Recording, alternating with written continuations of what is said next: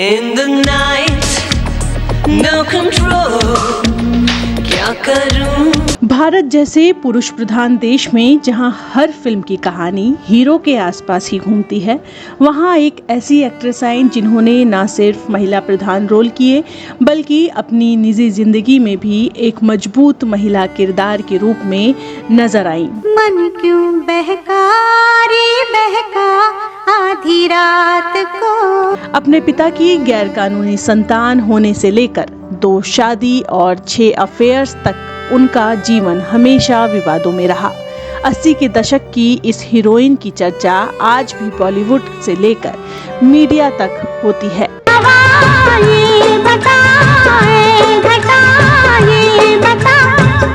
उन्होंने अपने बेहतरीन और दमदार अभिनय से न सिर्फ बॉलीवुड में अपना मुकाम हासिल किया बल्कि आज की युवा पीढ़ी के लिए भी वह अभिनेत्री के रूप में मिसाल मानी जाती हैं। होली का रंग देखकर पहला प्यार क्यों याद आ जाता है?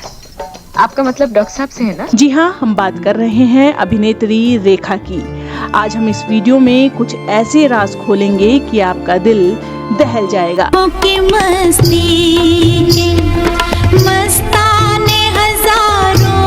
बताएंगे कि क्यों रेखा बॉलीवुड की सबसे विवादित अभिनेत्री मानी जाती हैं, क्यों उनके 1-2 नहीं बल्कि 6 अफेयर्स हुए लेकिन कभी भी वह सेटल नहीं हो सकी, क्यों शादी ना होने के बाद भी वह अपनी मांग में सिंदूर लगाती हैं और क्यों उनकी शादी तो हुई लेकिन कुछ समय में ही उनके पति की मौत हो गई और पति के मौत का दोष उन्हें ही दिए जाने लगा।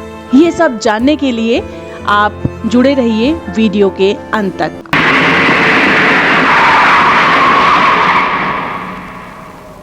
राज्यसभा तक का सफर तय करने वाली अभिनेत्री रेखा हमेशा एक जिंदा दिल और हसीन शख्सियत मानी गई। उनका जन्म चेन्नई के तमिल अभिनेता जेमिनी गणेशन और तेलुगु अभिनेत्री पुष्पावल्ली के यहाँ हुआ था। उनके पिता अभिनेता के तौर पर काफी सफल हुए और रेखा भी उन्हीं के पथ चिन्हों पर चली। रेखा तेलुगु को अपनी मातृभाषा मानती हैं। वो हिंदी, तमिल और इंग्लिश भी अच्छे से बोल लेती हैं, लेकिन उनकी पर्सनल लाइफ हमेशा विवादित ही रही। बचपन में वह अपने पिता के प्यार को तरसी, पढ़ने लिखने की उम्र में ही काम करने लगी और उसके बाद पूरी जिंदगी एक सच्चे साथी की तलाश में भटकती रही। हिया नाही तो का तुमरी गोद में बैठूं, जग्गे थी सो बढ़ गई। चने खाओगे? हाँ? रेखा का जन्म ही विवादों के साथ हुआ क्योंकि जब वह पैदा हुई तब उनके माता पिता की शादी भी नहीं हुई थी। जो हल्का हल्का सुरूर है सब तेरी नजर का। रेखा ने अपने करियर की शुरुआत 1966 में बाल कलाकार के तौर पर तेलुगु फिल्म रंगुला रतलाम से की थी। मुख्य अभिनेत्री के तौर पर उनका डेब्यू 4 साल बाद फिल्म सावन भादो से हुआ था। फिल्म सावन भादो रेखा की पहली रिलीज होने वाली फिल्म थी। इस फिल्म में उनके अपोजिट थे नवीन निश्चल।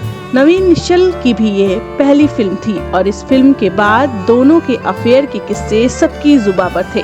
हालांकि कुछ समय बाद ही नवीन निश्चल का दूसरा अफेयर शुरू हो गया और रेखा उनसे अलग हो गई। रंग है नशीला, अंग अंग है नशीला। मीडिया रिपोर्ट्स के मुताबिक नवीन निश्चल के बाद रेखा की जिंदगी में जिस एक्टर की एंट्री हुई वो थे जितेंद्र। फिल्म एक बेचारा की शूटिंग के दौरान रेखा और जितेंद्र के बीच करीबी और बढ़ी और यहीं से उनके अफेयर की खबरें सामने आने लगी। ये जो हम दोनों में सुरूर है। जितेंद्र रेखा को डेट कर रहे थे लेकिन वह अपनी गर्लफ्रेंड शोभा को भी छोड़ने के लिए तैयार नहीं थे। इसे लेकर दोनों के बीच अक्सर झगड़े होते थे। I was friendly with everybody. मुझे तो फर्क ही नहीं पड़ता था कि आप गॉसिप मैगजीन्स आए हैं या जर्नलिस्ट है, मुझे तो आप एक इंसान हैं। रेखा द अनटोल्ड स्टोरी के मुताबिक एक फिल्म की शूटिंग के दौरान जितेंद्र ने साथी गुरु से कहा कि रेखा मेरा बेस्ट टाइम पास है। रेखा ने ये सुन लिया और उसके बाद दोनों का ब्रेकअप हो गया। बीच जो ढोंग ही ना हो, इंसान जो नहीं है वो ही दिखाने का ढोंग करता है। इसके बाद रेखा की जिंदगी में एंट्री हुई किरण कुमार की। हालांकि ये रिश्ता कुछ ही दिन ही चला और उसके बाद दोनों अलग हो गए।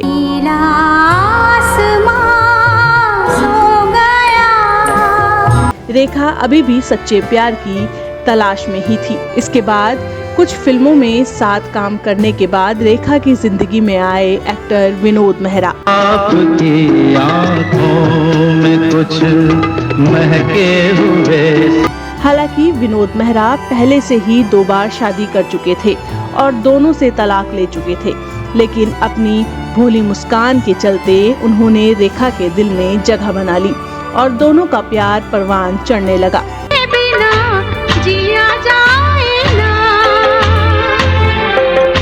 यासिर उस्मान की किताब में जिक्र किया गया है कि उन्होंने विनोद मेहरा के साथ कोलकाता में शादी कर ली थी, लेकिन विनोद जब उनको लेकर अपने घर पहुंचे तो विनोद की मां ने रेखा को घर से निकाल दिया और विनोद ने उनका साथ नहीं दिया। बस फिर क्या था, ये रिश्ता यहीं खत्म हो गया। हालांकि रेखा हमेशा इस शादी से इनकार करती रही। मेरी बाहों में है जानम मेरे जिस्म। इसके बाद रेखा की जिंदगी में महानायक अमिताभ बच्चन की एंट्री हुई।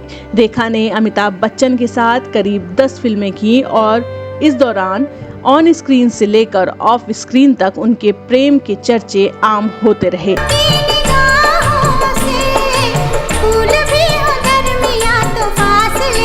हालांकि जिस समय अमिताभ का रेखा के साथ अफेयर शुरू हुआ तब वह जया भादुड़ी से शादी कर चुके थे। इस अफेयर का सबसे बड़ा मोड़ तब आया जब रेखा ऋषि कपूर और नीतू सिंह की शादी में मंगलसूत्र और मांग में सिंदूर भरकर पहुंची थी। शादी में अमिताभ बच्चन और जया बच्चन भी आए थे। रेखा के इस तरह पहुंचने पर यहाँ चर्चाएं शुरू होने लगी कि अमिताभ और रेखा ने शादी कर ली है। इसके बाद जया बच्चन ने रेखा को एक बार अपने घर पर डिनर पर बुलाया जब अमिताभ एक फिल्म की शूटिंग के सिलसिले में बाहर गए हुए थे। इससे पहले कि हमारी शादी की बात होती, उसकी शादी हो गई। बताया जाता है कि जया बच्चन ने रेखा की खूब आवभगत की और डिनर से लौटते समय बस एक बात रेखा से कही कि मैं अमित को कभी नहीं छोड़ूंगी। जी हाँ, इस देश में पति प्रेमी नहीं होता।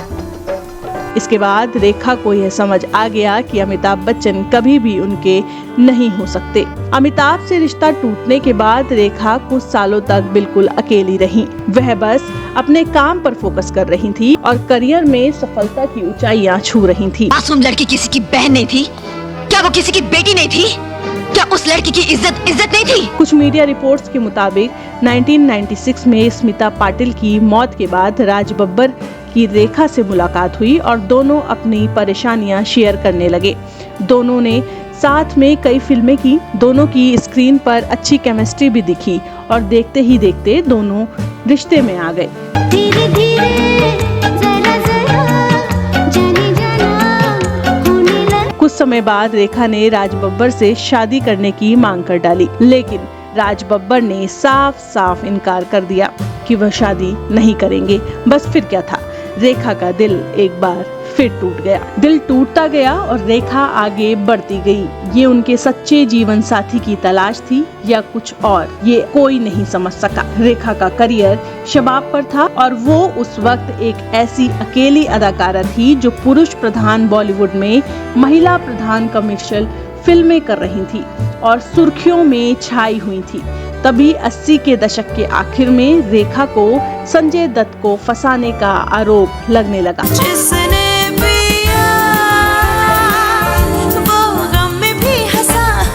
इंडस्ट्री में खबर तेजी से फैली कि उन्होंने संजय दत्त से शादी कर ली है। ये सुनते ही गुस्साई नरगिस ने रेखा को मर्दों को फंसाने वाली डायन तक कह डाला था। फिर रेखा ने संजय दत्त से भी दूरी बना ली। हर बार मगर तेरा प्यार नहीं भूले। कई बार प्यार में धोखा खाने वाली रेखा 90 के दशक में आते आते अब घर बसाना चाहती थी। अब ऐसे ही उनकी मुलाकात दिल्ली की एक बिजनेसमैन से हुई जिनका नाम मुकेश अग्रवाल था, जो रेखा के बहुत बड़े फैन थे। फिर अचानक एक दिन खबर आई कि इन दोनों ने शादी कर ली है, लेकिन शायद घर बसाना रेखा की किस्मत में था ही नहीं। शादी के कुछ महीने बाद ही दोनों के बीच रिश्ते बिगड़ने लगे। तभी रेखा को पता चला कि उनके पति डिप्रेशन का शिकार हैं और शादी से पहले ही उनका मानसिक इलाज चल रहा है। ये सुनकर रेखा को गहरा धक्का लगा। इसके बाद वह ज्यादातर दिल्ली नहीं मुंबई में रहने लगी। प्यासी हूँ मैं, प्यासी रहने दो, रेखा की बायोग्राफी रेखा अनटोल्ड स्टोरी में इसका जिक्र है। 2 अक्टूबर 1990 को एक ऐसी खबर आई जिसने तहलका मचा दिया। चाय आपने बनाई? हाँ, तो क्या हुआ, आज तो हमारी गृहस्थी की पहली सुबह है। दरअसल इसी दिन मुकेश दुनिया छोड़कर चले गए। मुकेश की मौत का दोष दुनिया वालों ने रेखा को दे दिया। भगवान अब कहाँ जाए, क्या करी? 1996 में रेखा के अफेयर की चर्चा एक बार फिर सुर्खियां बन गई। ये अफेयर बेहद चौंकाने वाला रहा।